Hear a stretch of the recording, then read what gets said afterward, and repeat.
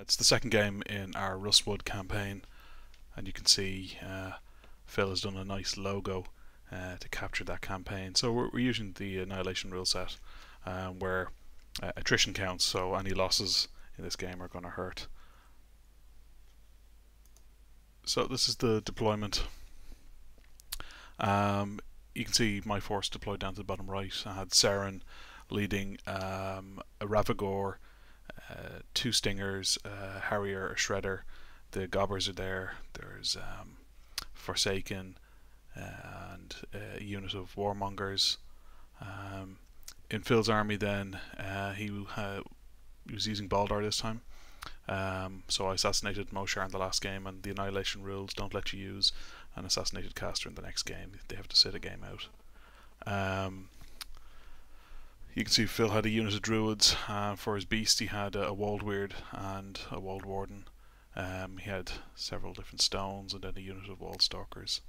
So I got to go first, pushed everything up fairly aggressively.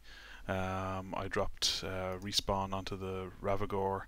I think Tenacity I cast onto Saren herself, and she charged the Warmongers that were in place there, and leaving herself just short, so it gives her the extra bit of movement. Phil hadn't played against the Ravagore before, so he made a bit of a mistake here. He pushed fairly aggressively in the centre. The Wold Stalkers moved down the left hand side.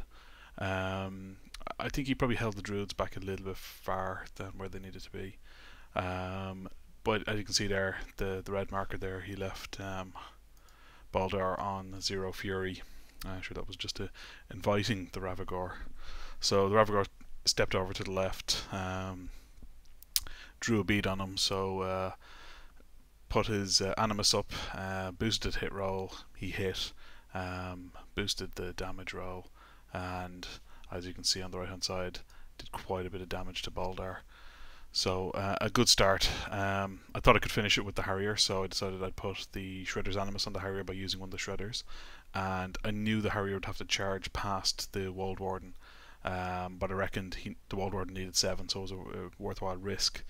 That's where I made a mistake. The Wold Warden smashed it to bits. Of course, if it connects, it's going to kill it. The mistake was not feating. My plan was to feat this turn, and I did feat when I activated Saren, but she should have gone before the Harrier. Would have protected him from that free strike. I see everything else was fairly cagey. Because my battle group was immune to melee attacks, I was able to move Saren close enough to the wood. I didn't care if Baldar decided to come in close. It would have just left him in a really dangerous situation. The Gobbers put one of their clouds up, and the Warmongers just shuffled across ever so slightly. So Phil's turn. He pushed everything forward. He started to try and do a bit of damage to the Ravagore, so taking shots at it and so on. So the whole battle started to form around this central point, just the middle of that forest. So it was really, the whole game was going to be whether I could get another shot onto Baldar, because he was so badly damaged. He's on fire at this stage as well, and the fire didn't go out for the whole game. But the damage rolls are pretty low for the game on Baldar, so he didn't end up dying. So Phil was starting to clean things up a little bit in the middle of the field, but didn't do as much damage as he wanted. The key thing here is obviously the fact that he was able to get the mannequins in place. But thankfully I just, next turn, kill the sentry stone, the mannequins disappear. The Ravagore went into the Wold Warden, and as you can see, did an awful lot of damage, but not quite enough. My damage rolls were decent, but they were definitely below average. I tried to put another bit of damage through a spray attack from the Stinger through here and here. Didn't quite do it. So I think the Ravagore was going to be in a bit of trouble. On Phil's turn, he started to pound on the Ravagore and killed it easily. But didn't kill it until the chain attack smite, where he smashed it backwards into the Forsaken, killing it. But at that point, the Ravagore respawn kicked off. I placed it within 3 and was out to place it to safety. Phil had no other threats to come at it that turn.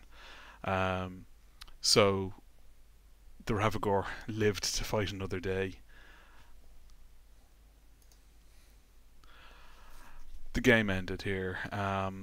Phil had maxed out his beasts on the last turn, so it meant that he had no transfer target. So it was a simple matter really for the Ravagore just to walk forward, boosted the hit roll, drop the template in on top of Baldar again, and that was game. So it was a good fun game. The terrain made a huge difference. I mean, Legion have so many benefits when it comes to concealing terrain. I mean, most things have Pathfinder, and all the beasts have Isle of Sight pretty much. And even with Circle's ability to run through the woods and Baldar's affinity with woods, he still couldn't match that. So 2 games down. That's 2 wins for me in the campaign, but it's tight so far. So let's see how things go.